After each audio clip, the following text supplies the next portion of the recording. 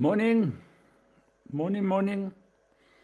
For me, it already feels like afternoon. I've been up since 4 o'clock, battled to sleep this morning. But here we are. Here we are.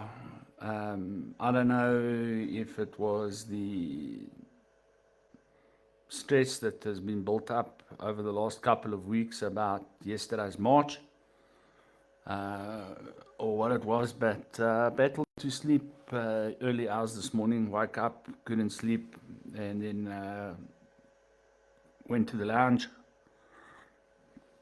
and have been hitting the coffees and watching world events and podcasts and so on. And, I'm going to delve into a couple of things there. So before I get into that, I watched let me just look here whose podcast this is. I recommend you go watch it. Let me just see who did it here. Jack Neal and Tucker Carlson. 2 hours and 39 minutes podcast, which I'm going to delve into now. And then I watched the John Steenhuisen News 24 interview, which is an hour long. I managed to get about 45 minutes into it, and I'll tell you now why I didn't watch right to the end. But I'm going to start here. So yesterday, a whole lot of people got a day off to go and march, and another bunch of people from work, and another bunch of people as part of that got off a day off from their days off because they don't work, and had plenty of time to go and do what I'm referring to now as the new and improved Comrades Marathon.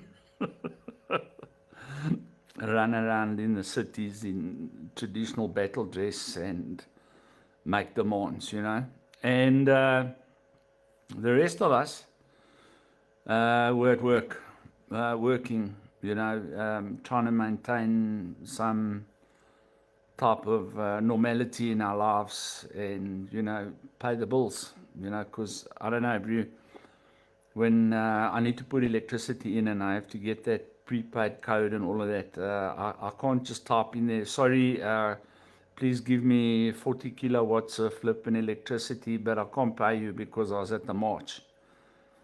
Eskom just doesn't seem to understand that reality of mine, that I wanted to support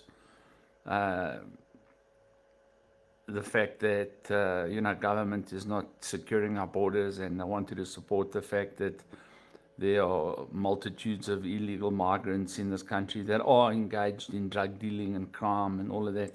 Eskom doesn't care about that. Eskom wants their money. Same with the municipality. I've got a gripe with this Midvaal municipality. You know what my gripe is? They insist on rates and taxes. I don't know what's wrong with these oaks. I demand free rates and taxes. They don't listen to me because apparently they need to keep a municipality running. I don't know how they, why don't they just go get the money from where everyone else seems to get the money to pay for everything everyone else seems to just demand money for. I'm also just going to demand money, So now,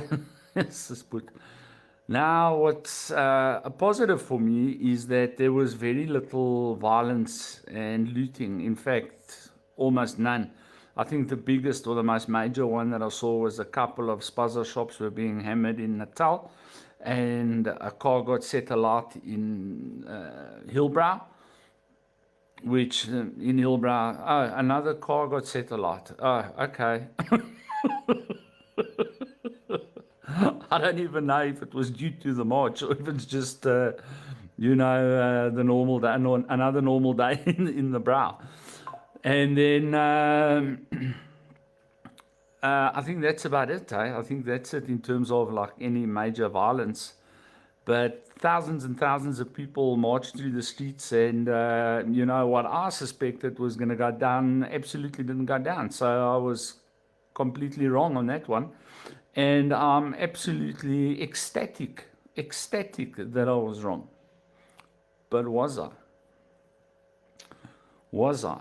So, you know, March and March, or March on March, or January, February, March, April, are making the claim that it was due to their excellent discipline and their people and all of that. And I am not 100% convinced on that.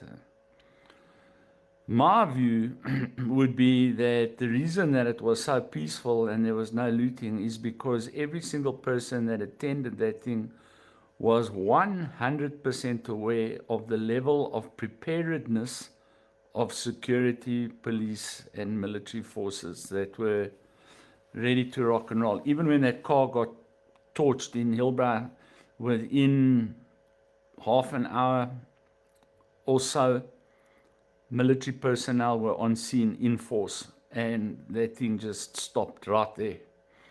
So this is the benefit of proactive policing and proactive preparation for any kind of eventuality in South Africa. You know, this is South Africa. South Africans absolutely 100% must have a firm hand that they understand will react if they behave in a certain manner. It's in the absence of this type of preparedness that the looting and all this violence takes place. These people were 100% aware. If they started smashing and looting and torching and carrying on, that the army, the police, and the 500,000 security personnel were going to step in. And at the end of that, they were going to be the ones that were going to suffer the most casualties. And they knew it very, very well. And I believe 100% that's why the marches and that were as peaceful as they were. So my applause goes to, this time around, believe it or not, the South African Police Service, the South African National Defence Force, and all the security companies that were involved in preparing themselves and made resources available for this thing. So that is why it was peaceful. That I can certainly assure you. Then, now we have been told that we're marching every Thursday now. Every Thursday. Now, look, I was wrong about the violence that I foresaw. But once again, I said, was I? Because if you're now going to do this every Thursday, at some point it's gonna explode into something. Because at some point, the resources are not going to be available to protect the businesses and the private citizens. The government is not going to make 600 million rand a week available to deal with these marches day in and day out. At some point, they're going to declare these marches illegal. And if you pitch up to one of these marches, you're going to feel the brunt of the law. And the next thing is this. I want to know which employer is going to give his employees off every Thursday to go march and march. So ultimately, you're going to lose that contingent of your base, because people are going to have to go to work to earn a living. And if they're going to not pitch up to work every Thursday to go and march, they're going to lose their jobs. And they're not prepared to lose their jobs. That I can tell you 100% right now, because March on March is not going to feed your kids. March on March is not going to pay your rent. March on March is not going to feed you. Okay? That's the first thing. The other thing is this, right? For those that are not employed and don't want to be employed and are just jumping on this March on March thing as another reason to try and demand free stuff. Okay? Coming to March every Thursday, I can tell you right now, is now starting to sound like a job. That every Thursday at this and this time, I must pitch up here to run around Johannesburg. And what am I getting for that? What am I receiving for my every Thursday's hard work of getting up early, finding transport, finding money for transport, finding money for something to eat, finding money for something to drink, to stand in the hot sun, run around Joburg every Thursday for mahala? That sounds like too much work. You know, this is the same bunch of people, okay, that are expecting people to come to work now every Thursday in March, okay, for free, that are telling you and me that other people who are prepared to work for 100 Rand it's a problem because they're being exploited. But you're expecting people to come every Thursday and work for March on March, marching around the cities for mahala. So I think that you should be budgeting to at least flip and pay those people some money to come and march. Why must they come march for free? For what? You know what I mean? Now, on the march and march, and that's all just satire, please, eh? Please, if you can't understand the sarcasm and the joke in it, you shouldn't be watching, right? Then the next thing is this. Thabo Mbeki said something that I honestly have been thinking about myself for the last 2 weeks.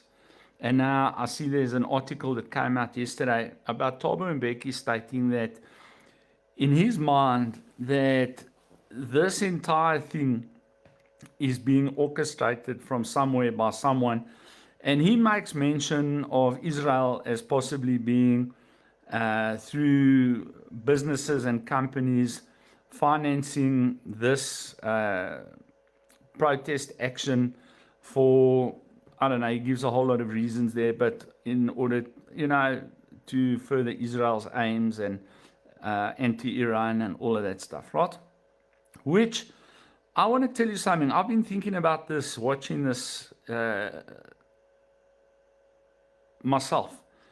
For me, it just seems way too well organized, way too well funded, way too well everything for it just to be one lady with a couple of guys who had decided to get together and within days managed to start organizing this massive movement, and then within weeks organize these marches to this extent with no money and no influence and nothing from anyone. For me, I'm not a professor of history, but I like to look at history and I study history very closely. And these endeavors, can I call it, these movements that are popping up or have popped up around the world throughout history and throughout particularly modern history. If you look at recently with the Free Palestine movement in America, these were not organic. This just didn't happen out of nowhere. It's now been proven beyond a reasonable doubt that funding for those Free Palestine, woke, even, what was that guy? That the policeman, the cops killed that guy, the Black Lives Matter movement, all of that, that the funding has been coming from organizations outside of America doing their absolute best to destabilize the American government through these movements that they fund. And these protests that had sprung up on US campuses and all over America were not organic. A bunch of people that just pitched up because they believe in that particular movement. Many news articles, commentators, and in fact documents have been brought out that a large portion of those marches, those people were paid protesters. They were paid to come to those protesters, and that money came from Iran and other socialist, communist countries, as well as liberal universities and so on and so forth. And these things were planned, and people were actually paid to go and protest.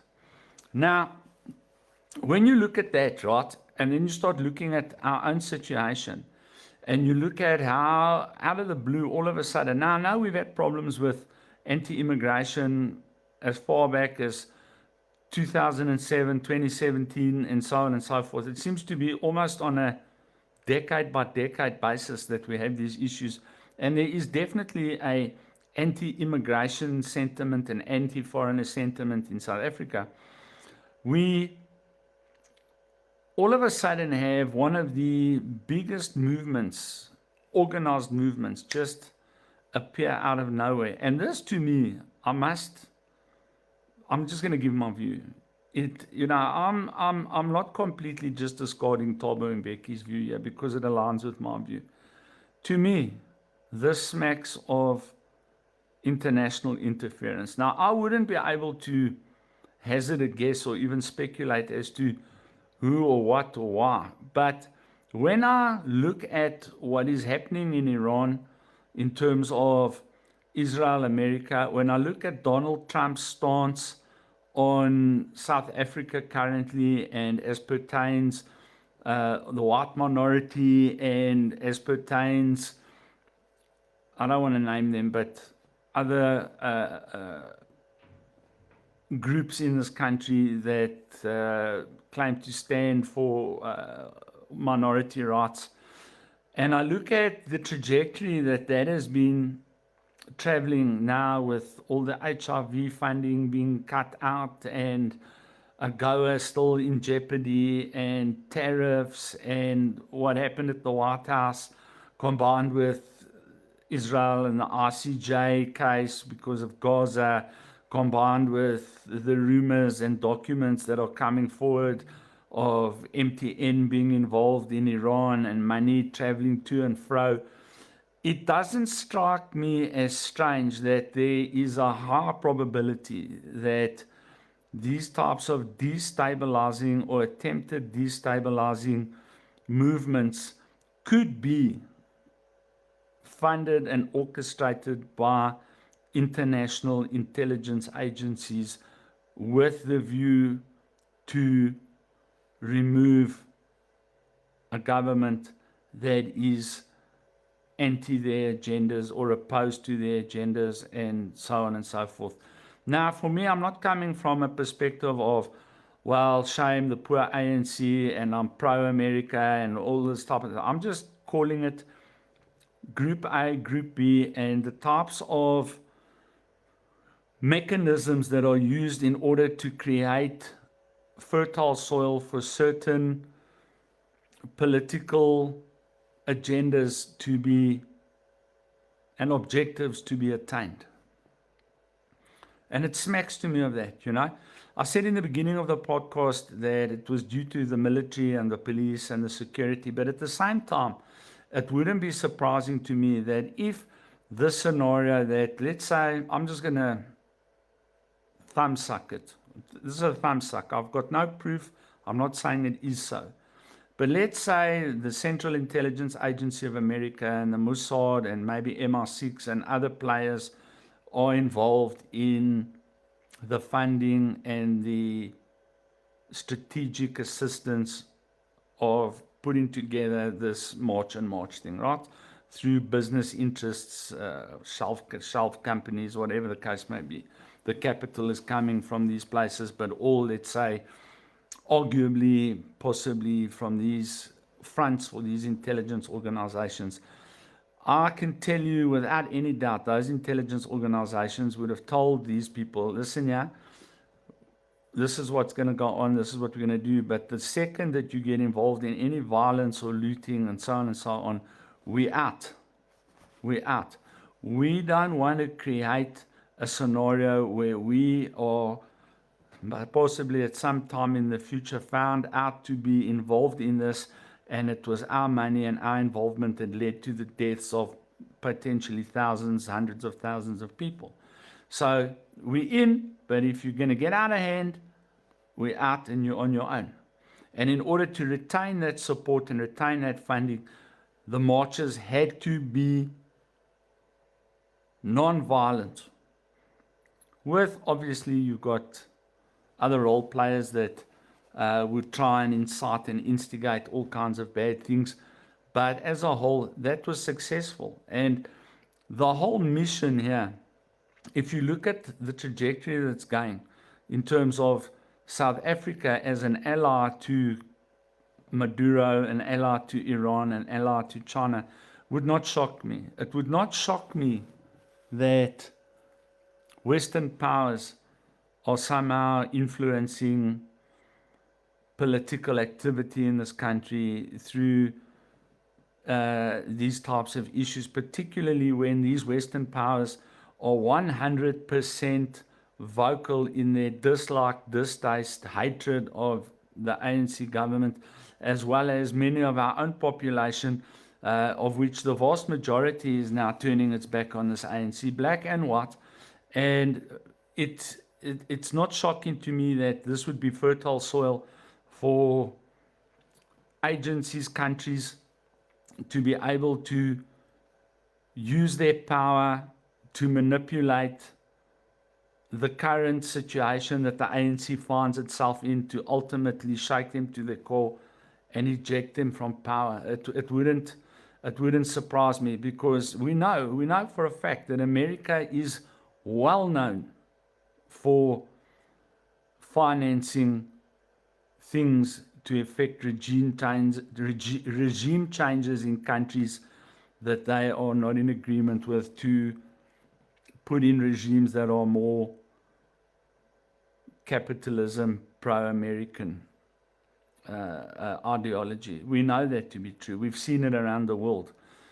Just off the top of my head, Libya, Syria, Iraq, Afghanistan, this is their job. But they've learned, they've learned to rather use the people of the country to effect the result that they would normally just have sent battleships and troops to effect. This is what they've attempted to do in Iran, and this is where I'll now go to the second portion.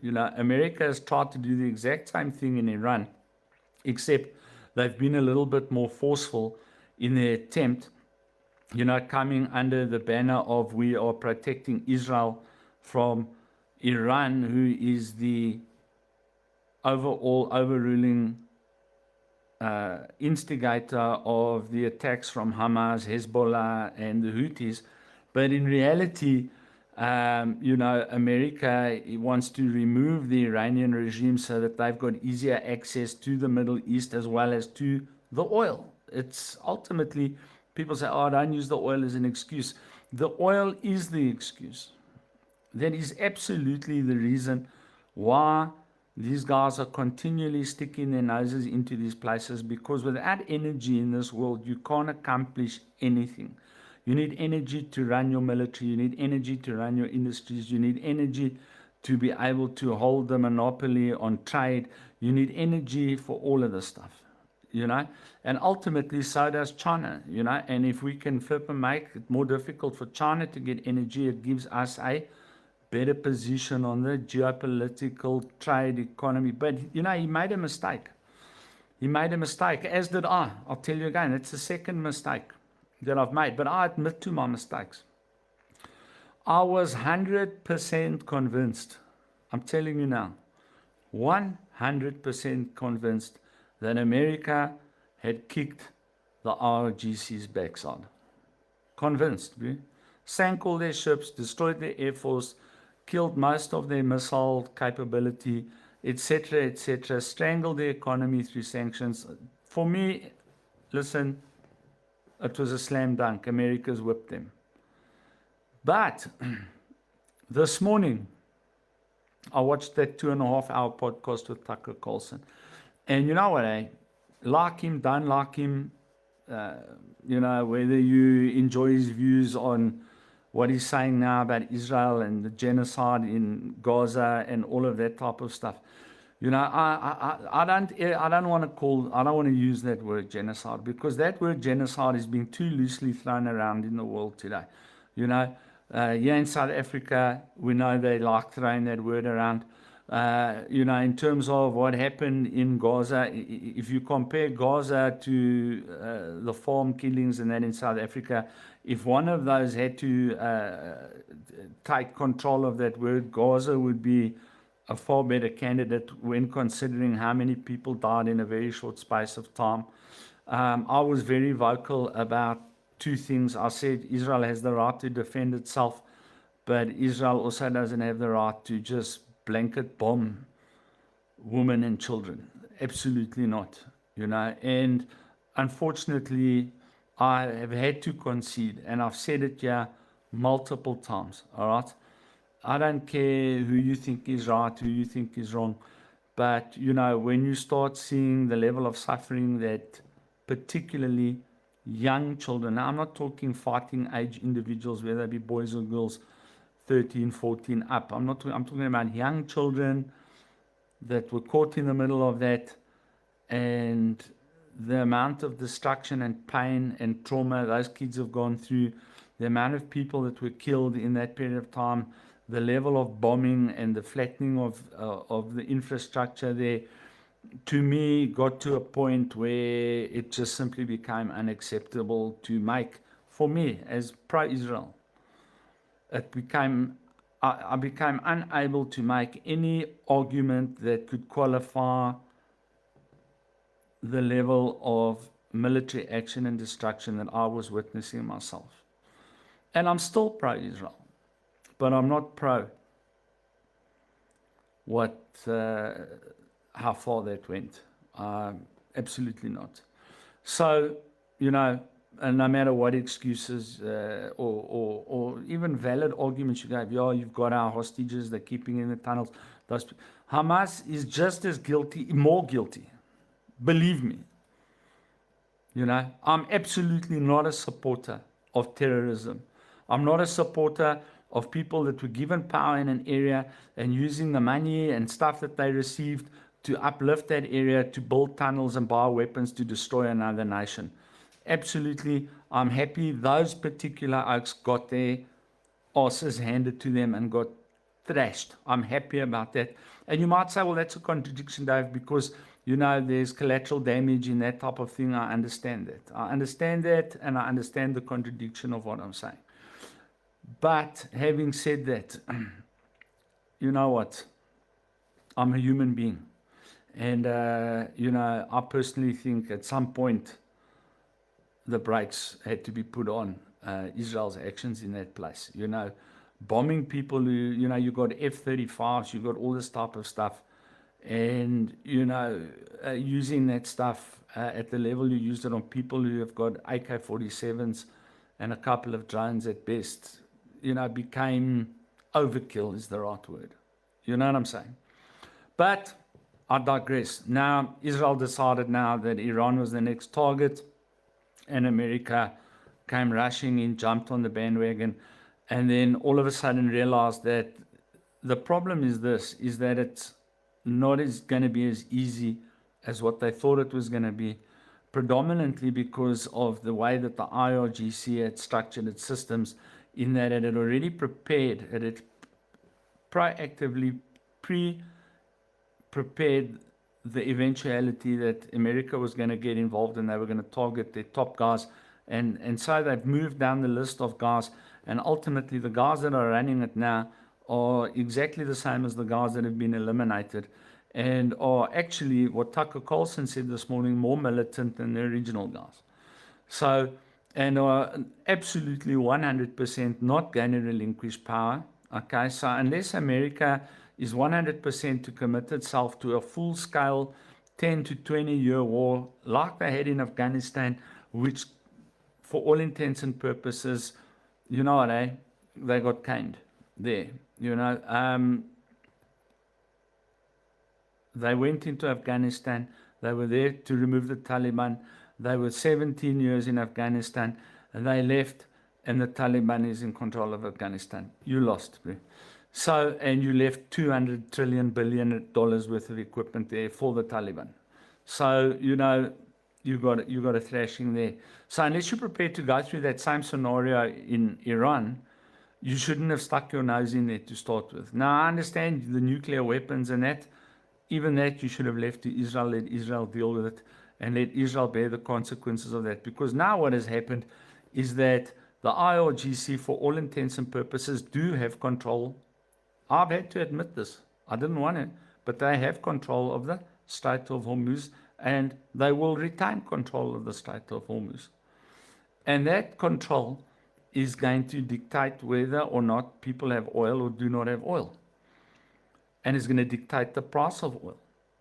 And America has lost on that front. They've lost that battle. The economic battle of the oil from the Middle East. And this is why they're making concessions. This is why they're prepared to give Iran $300 billion. This is why they're prepared to do this, prepared to do that. You understand? And I've had to concede. They're getting a caning in terms of that economy, the energy economy coming out of Iran. You know, they've lost control of that. Absolutely, they've lost control. So unless they're prepared to go into a full-scale war, they've had to make concessions. So there they've lost. In terms of the American people, they've also lost the high ground, the moral high ground, because the American people are more and more looking at what Israel is doing to innocent people that are caught in the crossfire of these attacks in southern Lebanon, Gaza, and other places. And the American public is turning its back one at a time on Israel and is more and more viewing Israel as the aggressor and not as the defender because of Israel's activities and actions. So they're losing the war on hearts and minds. And Donald Trump, as well as Netanyahu, on the world stage, are losing their political high ground.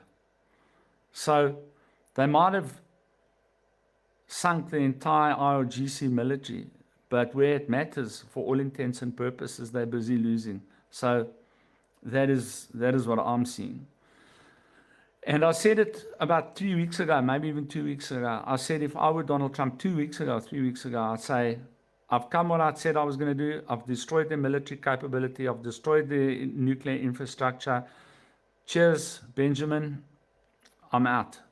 You know, and he would have been able to retain some level of integrity. But as this thing's dragging on and on and on, it's becoming more and more difficult for America to pull out of there holding any kind of high ground.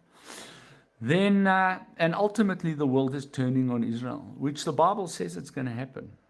The Bible says it's going to happen, but I don't want to get into the whole biblical thing of who is Israel, who is not Israel, what Israel is, what Israel isn't. Because from a Christian perspective, let me just touch on it.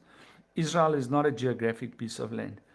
Israel is the modern day believer in Christ, is the Israel and the Jew who accepts the sacrifice of Jesus Christ. If you want to understand that whole concept of who Israel is and who Israel isn't, go read the book of Romans, particularly Romans chapters 2 to Romans chapter 7. And it gives you the breakdown of who God considers as Israel now, after Christ. Okay? So it's not a geographical piece of land.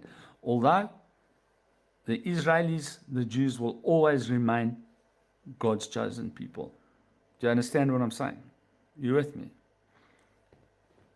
There's a dichotomy there. All right? But it's a long, involved story. I don't have time for it now. Okay? Then John Steenhuisen. So I'll try to watch this thing with News 24. I'm just going to touch on this. I'm running out of time. I'm just going to touch on this. But for me, let me tell you something. I don't know who betrayed who or what betrayed what, but let me tell you, there's a lot of bad feeling going on within the Democratic Alliance, which is not good for them. For me, like I've always said, I've got no time for politicians. Don't come to me as a politician on national television or in a News 24 interview and start trying to play the victim and be, oh, poor me and woe is me and all the rest of that. Because you know my view, all right? You're all liars. All of you are liars. And your whole mission is to try and expose other people's lies, to underplay your own lies in order that your lies don't get exposed on the level of the other guy's lies, so that you come out seeming like you tell less lies than the next oak, and now you are now the hero because you didn't tell as many lies as the last oak. In terms of that, you can see what's happening now with this whole Madlanga Commission, with Feroz Khan and Julius Malema and all this type of stuff. Please understand this, okay? And if you don't understand it, they are all lying to you. All of them. Whether it be March on March, whether it be ANC, MK, whoever these people are that have political agendas, what they are presenting to you and me is absolutely 100% not what is going on. What you see, I'll close it with this, so you understand. A guy died and went to heaven, and he was put on a cloud, in the music ministry for all eternity, and his job was to play the harp, and he was busy learning how to play the harp, sitting with an angel on a cloud in paradise, when a massive cloud passed below them with the most debaucherous, hedonistic party that you can imagine in your mind going on that cloud. Orgies and music and drugs, and the whole thing was going down there. And the guy said to the angel, "What's that?" And the angel said to him, "That's hell." And he said, "That's hell." He said, "Yes." He said, "Well, then I would rather be there here than plucking on this harp. How do I get there?" And the angel said, "Just jump and you'll land there." And he jumped and he fell straight through the big black cloud into a pit of burning fire, where he was being poked with a fork, the stigma that we have about hell. A demon of poking him with a fork, checking if he's cooked or not. And he said, hey, why are you poking me with a fork? What happened to the flippin' big party? And he said, "No, my friend, you must understand, that's just the marketing department. This is exactly what they do to you. They'll present a facade to make us believe certain things are true when they are not. And they've got massive access to pump that message of what they want us to believe into our minds. These things, podcasts, the internet, legacy media, newspapers, please believe me, they've got people that work day and night just designing and manufacturing exactly what propaganda they want to pump into your mind so that you believe a certain thing to be true. When I promise you, behind the scenes, that is absolutely not what is going on. And always remember that. So when these guys get caught up, when the one points out the other one and points out the other one, I sit back and I smile because I know all of them are lying. They're all lying. They're all just trying to expose certain truths to push their narrative to make you believe something. And to make you fight with me and me fight with you, in order that they can continue in their little circus of power where they sit. All right, always keep that in mind. Have a lekker day, guys. I don't feel sorry for John. Like I won't feel sorry for Ramaphosa. Like I won't feel sorry for Liam Jacobs. Like I won't feel sorry for anyone who's involved in that game. I don't feel sorry for any of them when they see their backsides, because they're all liars, in my view. Lekker, guys. Have a blessed one. Cheers, man.